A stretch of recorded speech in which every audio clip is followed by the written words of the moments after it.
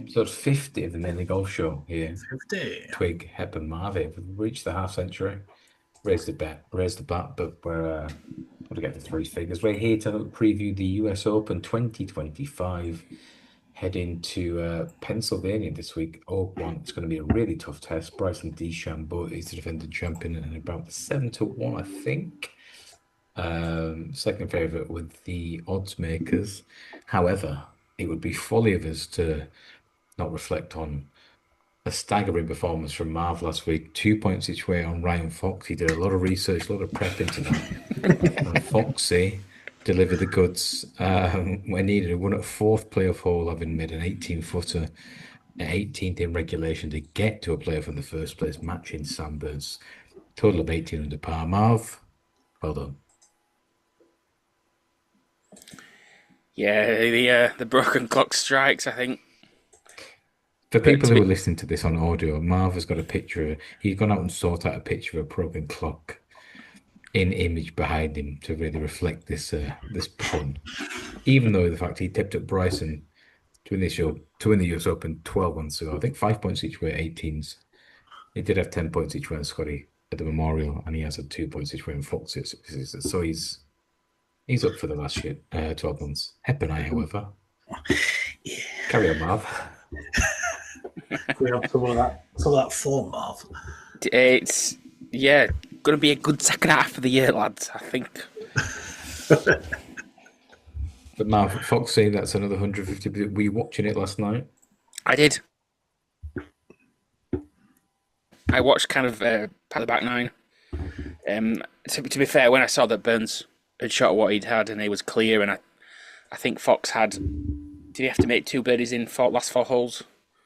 I thought it was gone, and then he stuffed it about 3 foot or 5 foot. It was something really short. And you think he's got 18 to come. You think he's got a chance there. You see, I think it was 17. He hit it quite close. He hit quite an unbelievable second, and he hit an awful putt. Yeah. As soon as he hit it, he was walking after it about 8 foot. Maybe it was just his to win, but I thought that multiple times, even in the playoff, he said Burns. No way did I think Burns would miss that 5-footer, if that. You can follow him at Mainly Golf Marv on Twitter, where he was giving running commentary, where he basically was lamented the fact Burns gave it away. And then, what did you write? Something like, "You're gonna fly, so we're gonna soar." Something stupid. The one thing I couldn't understand about Fox is, I know he's a fast player, but he's always very fast. I thought he was unbelievably fast in that playoff on certain shots. I know it was getting dark, and they probably got told, "Don't hang about, boys." Yeah, but I think Fox had a put to win it in the playoff, and he left it short, and it was like Burns tapped his in, and then suddenly Sky went to Fox, and he was there lining up and hit it, and I was like, yeah, I don't know if it was just a bit of nerves or what it was, but he'd be one of those players that, like, my old man would have loved, because he never really moans on course. He doesn't really so sick. So just get on with it, hit the putt, move on. He said he said before, he's very lucky to do this for a living. He goes, if I didn't do this and earning good money from it, I'd just do it with my mates back home. So I like players with that attitude rather than just, again, you've seen, we'll go on to Oakmont in a second, but you've seen what the rough's like, and this is going to be brutal. There's going to be a lot of hard luck stories. And you imagine, in my head, someone like a Tyrrell Hatton or a John Rahm. So sick. How have I got this lie? Why do I run so bad? Oh, John, you're getting paid 200 million a year to play golf. Did we so? Shut the fuck up. It's the same, yeah. So at least with Ryan Fox, he plays with a smile on his face, gets on with it. Very appreciative of what he's doing for a living, how he earns, feeds his family. So good luck to him. One of the Punta Cana, I think, mentioned it 6 weeks ago. He was a very, very solid, consistent player on the DP World Tour. Was on the top 10 last year, which is why he got his tour card, and is cashing in. So the meritocracy in full flight. Yeah, I think he said after that one as well, like him and his wife and his child had been traveling around, hotel to hotel, And now, like since he, well, even though it's Barracuda, you get 2-year tour card, they can Barracuda. settle down, find somewhere to rent, stay, and so like that stability seems like it's really helping him, and released his mind to just focus on the golf he wants to play and potentially future wins. Must be tough as well. Like I've lived out of a suitcase for long periods of time. It is brutal. I mean, sounds hard enough. Yeah, I think the fact you've got a wife and a kid there as well, like the pressure on you to actually deliver. Otherwise, what the fuck are we all doing here? Is immense. If you're on your own, a single, yeah, happy days. You're only going to let yourself down. That's fine. But you've got two people there who are going to be. Where are we going next, Dad? Well, we're actually going to go back to DP and going to go play the fucking Australian Open next week because we qualified the US Open. Yeah, great. Can I see my friends anytime soon? No, just playing your fucking Xbox. Shut the fuck up. I missed the cut, so I'll go to the motel for the next week. Exactly. It's a tricky life on the road. But play for Ryan Fox. Hey, remind us again who you put up and who you nearly put up last week. Well, it doesn't really matter. I had Rio who made the cut, but I ended up T40. I was going to go Betty Ann, but I replaced it with Rio. And what was his put? He was 3'8", 3'8" inches, something stupid. Something like that on the 17th, like to go within one, and then you assume he's going to birdie the par 5 18, but then he bogeyed that, so he ended up missing by 3 anyway. So that's the good thing when you don't pull the trigger on Bet On. There's always that out that he's just gonna fuck it up, and then you didn't cost yourself anybody. But yeah, I was a bit worried watching it coming in, but I had nothing last week contention. Whereas I tipped up Kurt Kadiam, missed the cut. Wyndham Clark, I think, was last in regulation in terms of the people who did make the cut. So thanks, Marv. The only way is up. Marv carrying the podcast once more. Marv, you've watched bits of Bryson around Oakmont. You mentioned when he played there, I think 31st of May, 10 days ago. It was a bit softer. Conditions wise, it can be different from what we're expecting this week. Well, so from what I saw, is the rough extremely long. I don't think it's a course where you depends. Bryson will just try and bully it and overrun it because he'll be however many yards, 80 yards, 100 yards further than everyone else down the fairway or even in the rough. But I do think accuracy is going to be a big thing, though. I do think there's a chance that others, not necessarily too short hitters, but I honestly think that if you just grind it, I think you need a grinder this week. I really do, and that's where I'm going. When you think of grinders, who do you think of golf-wise? I mean, top of the board. Rory? No, that's probably the antithesis of a grinder. If it's going wrong. Got a hard life, yeah. Put in the ground, probably. I mean, you're starting to look at like Cantley and JT and Lowry as sort of your shorter grinders, but I mean, I can't look past the top two this week. I just think it's sort of set up for Scheffler, and Bryson's had such good success in the US Opens with his bomb and gouge tactic, as Marv was saying. If everybody's going to be in the rough 50 yards further down with a 9-iron or a wedge versus somebody with a 7-iron is such a big advantage coming out of this long, unpredictable stuff. So, I can't see past the top two. I think. We were talking off air earlier, but I'm back to 8-9 golfers this week. One guy who went, thought I'd never, ever back again. Don't like his short game. Can you guess what I'm going to say, Hep? And you backed him. I have obviously backed him, yeah. Is it going to be Bezzy? No, well, I've backed Bezzy, yeah, but horrible short game, incredibly straight, little fella. Is this your Aaron Rye? He's Canadian. Oh, Connors. Corey Connors, yeah.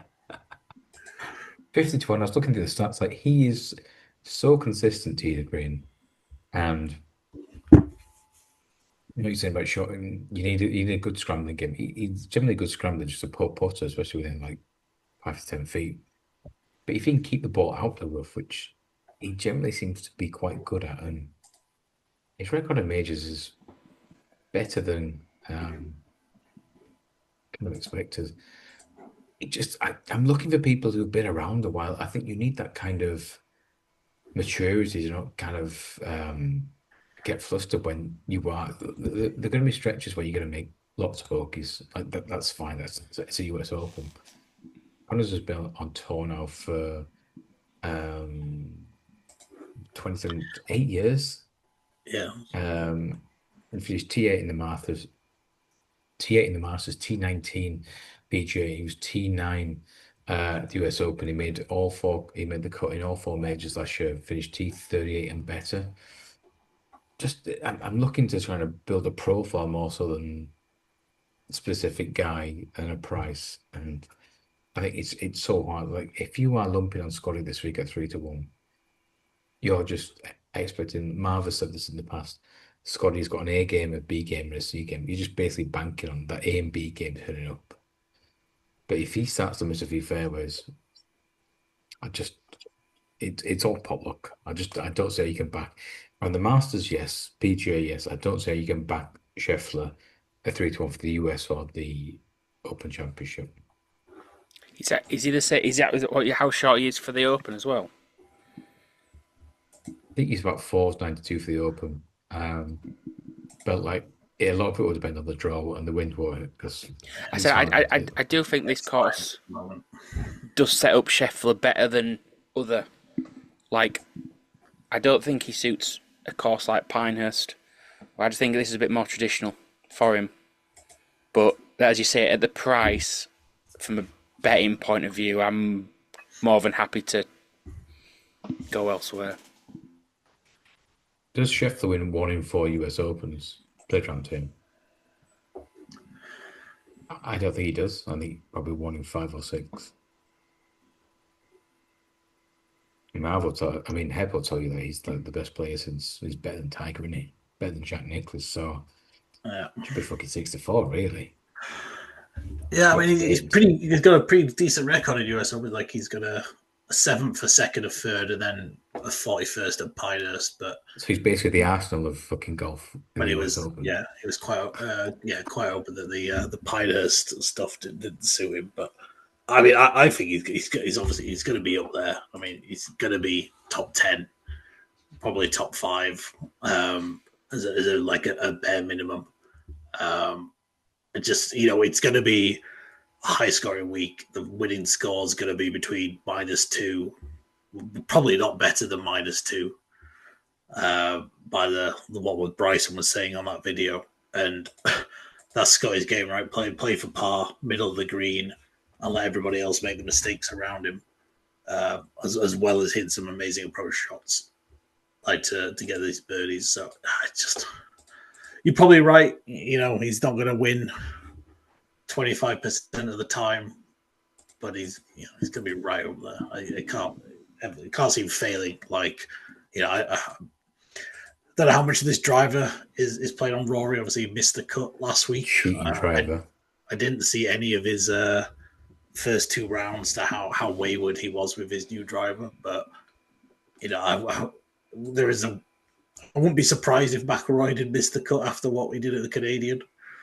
Whereas Scheffler, I just think he's just going to be up there. Like, there's no chance in hell he misses the cut. And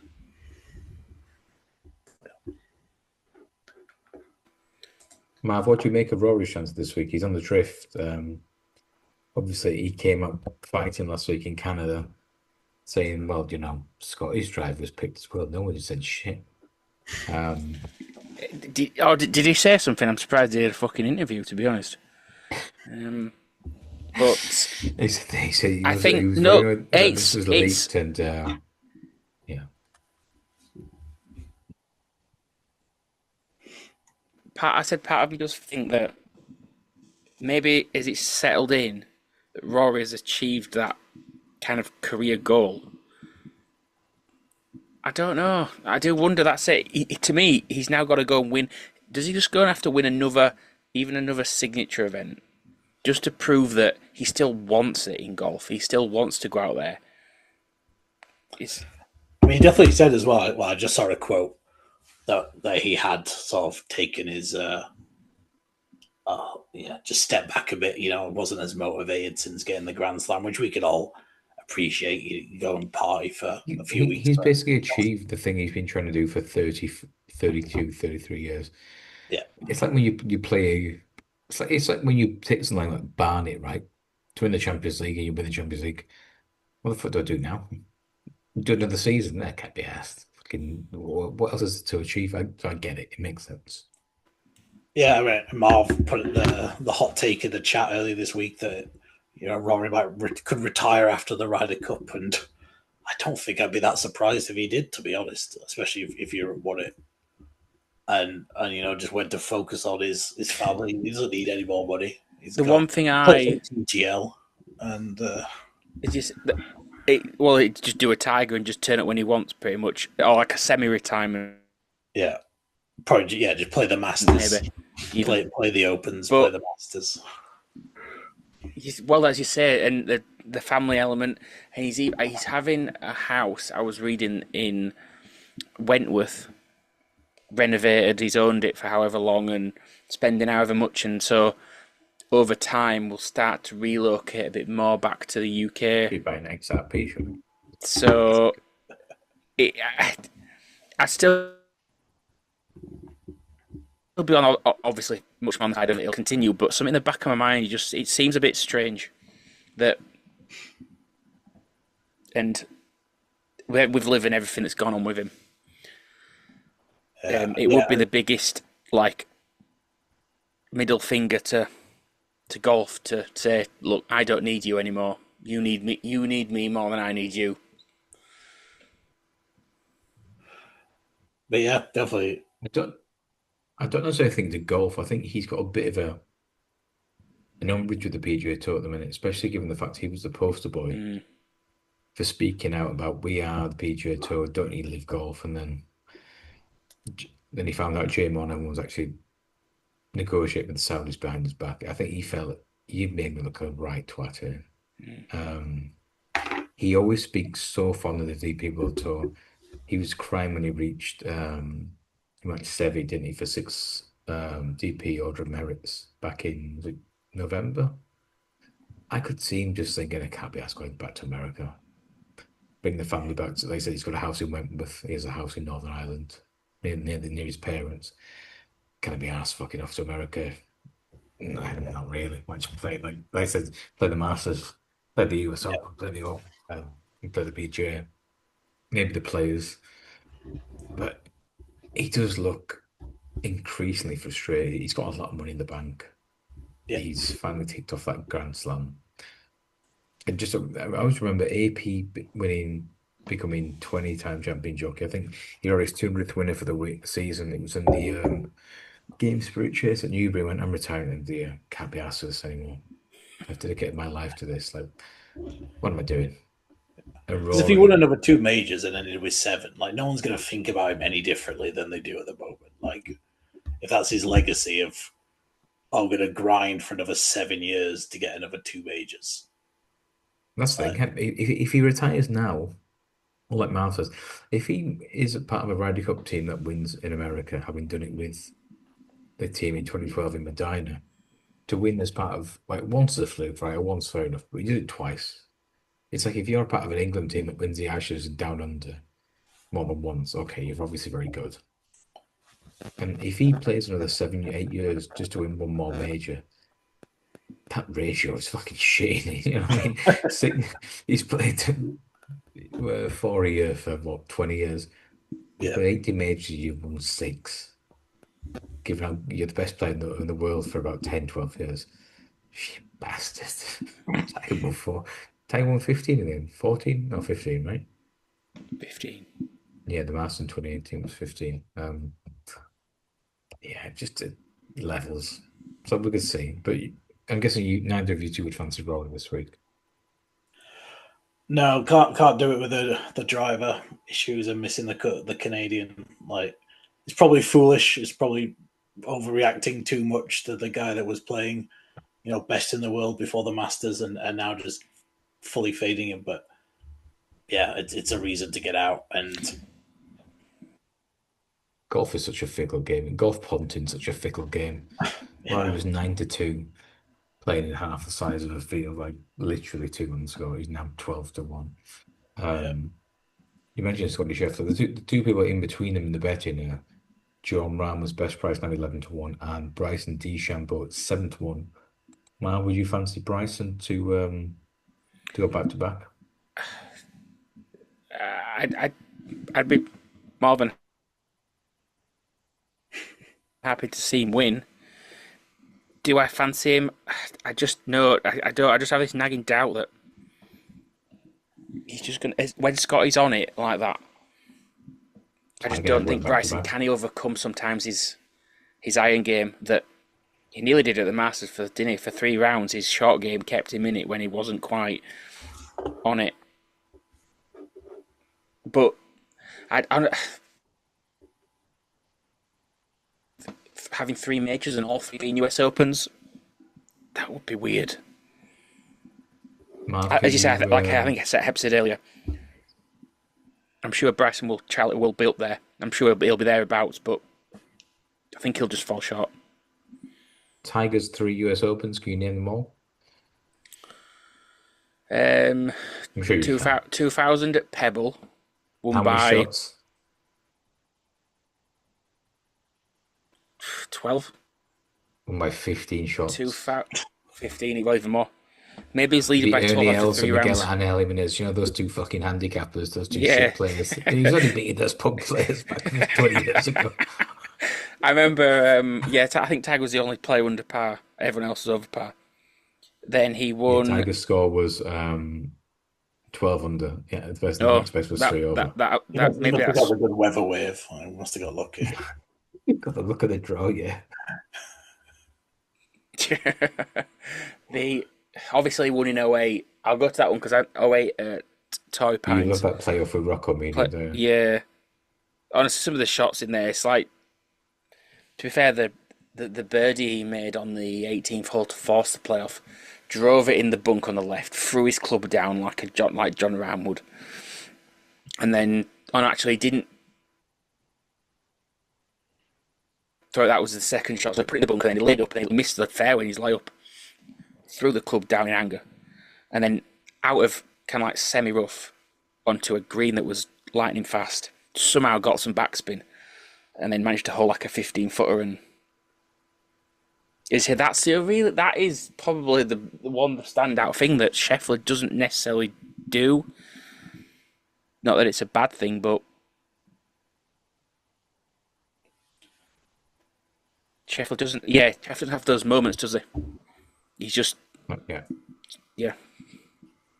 And the third the other 2001, I think. Nope. 2002.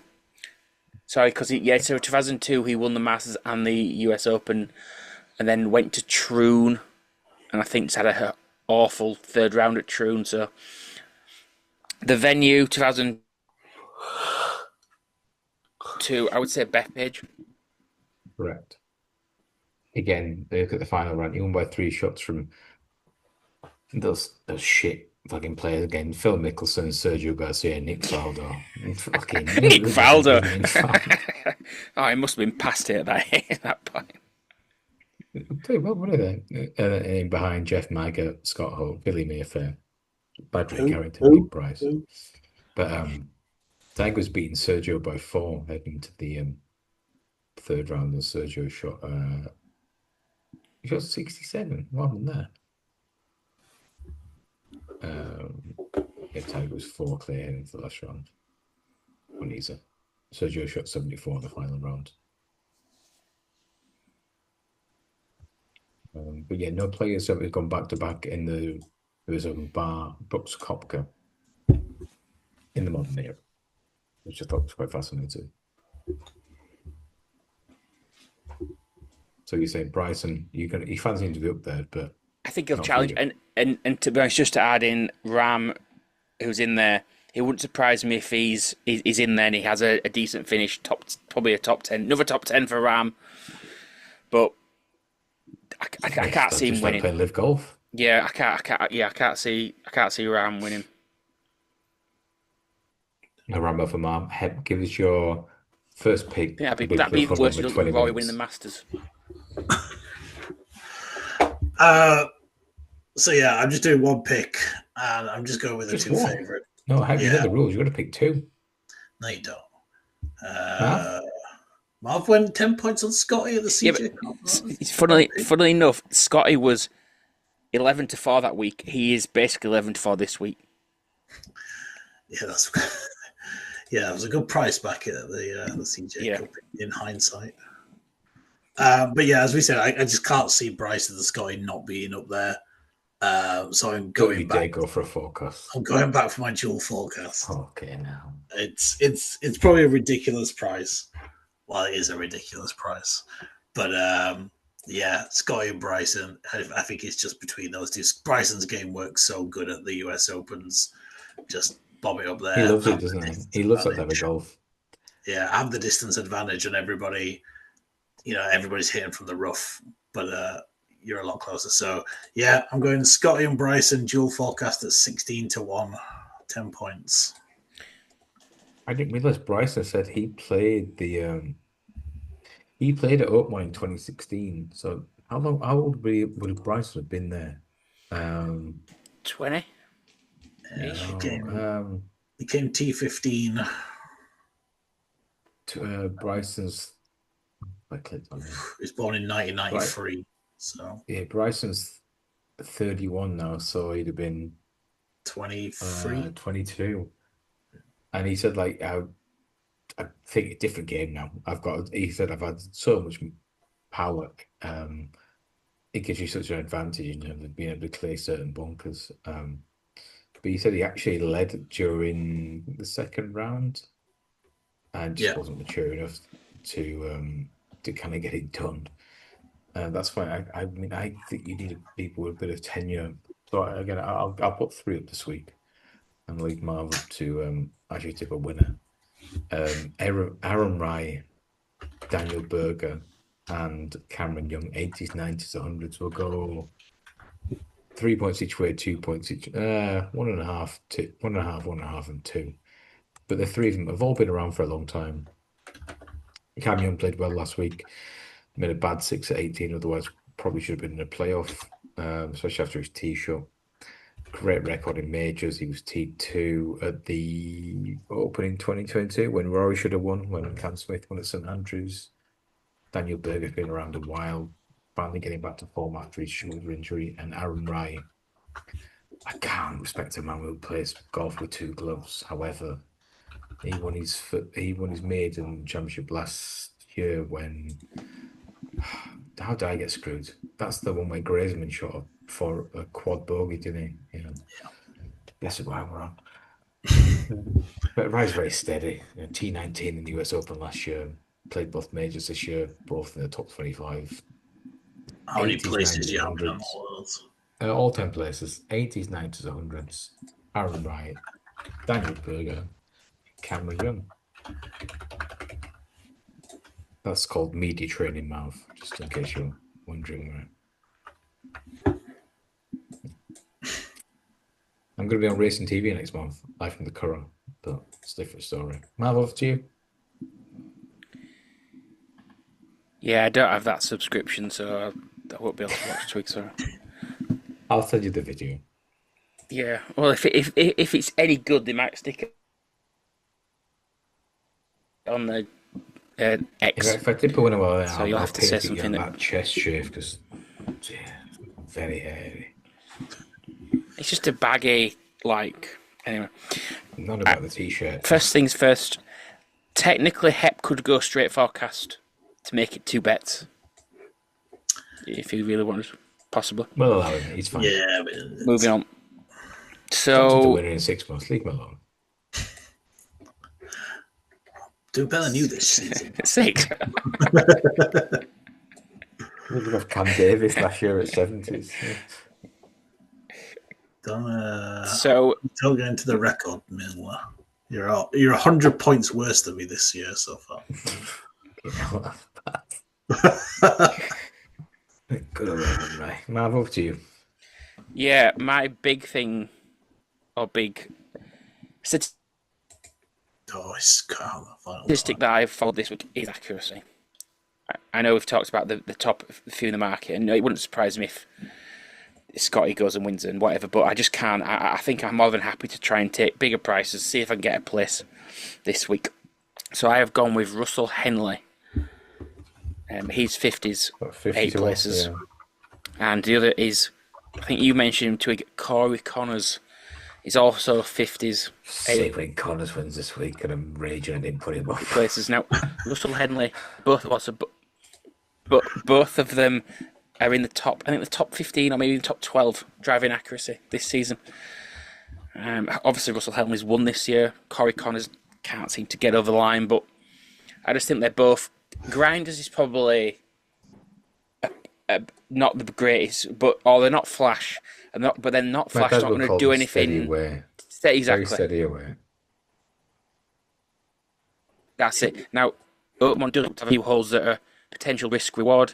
There is a short par 4, possibly drivable par 4, but also a 290 odd yard par 3. But it's deciding: do you take someone that could make a birdie in a bogey, or someone that's just going to go par? So for me, Russell Henley, Corey Connors, steady away, both 50s, 8 places, 2.5 points each way on both. I mean, how could there be a 290-yard par 3? That's insane. How are you going to par that? Zach Johnson's going to be struggling, isn't it? I'll lay up. 3 would out. Yeah. Connors is one where you think I could see him in my head. He will win like a Players Championship or something like that.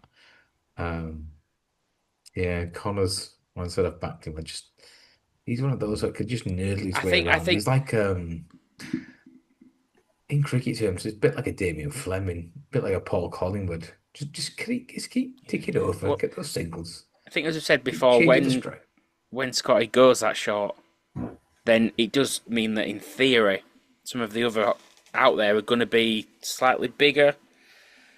So I'm with you, Twig. The angle is, I think, try and nick a couple of places. Hold on, Tony can't get himself a good internet stream, but it's one for Marv next week. Brooks Koepka, again, the only man to ever go win back-to-back US Opens. Would you not fancy him about 50 to 1? Am I not?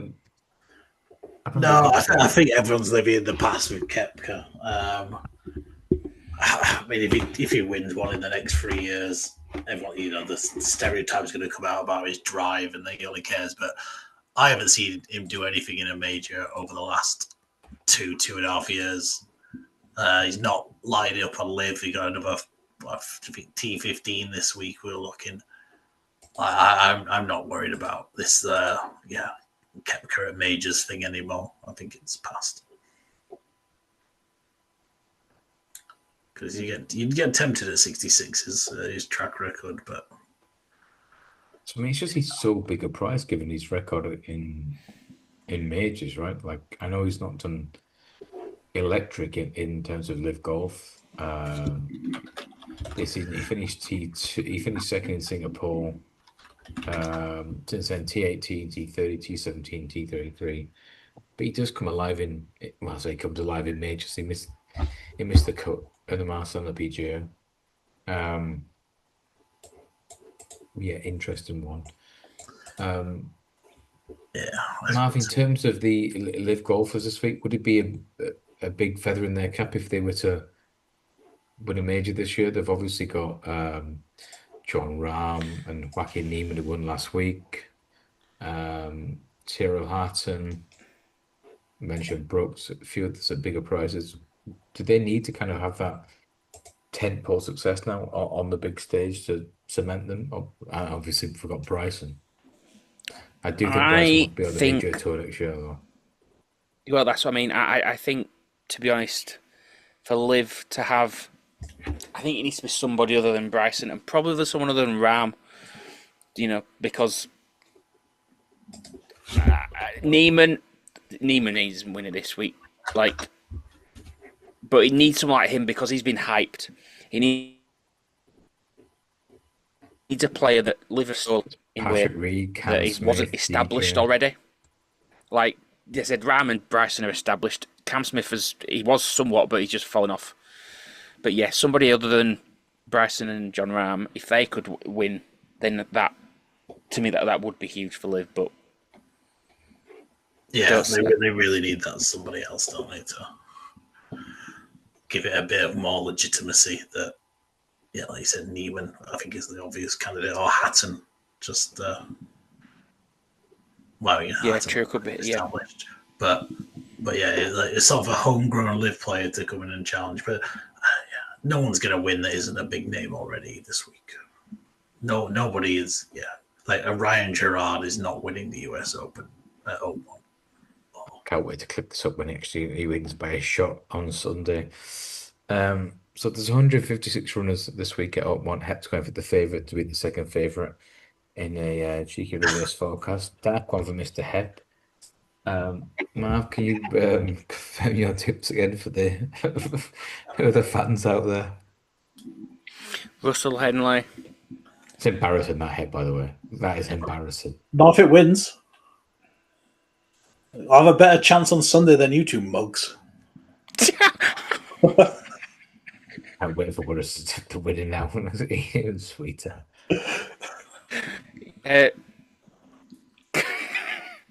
Yeah, Russell Henley and Corey Connors. They're going to spoil Hep. Spoil that forecast. Yeah, fucking Connors is going to win the US Open.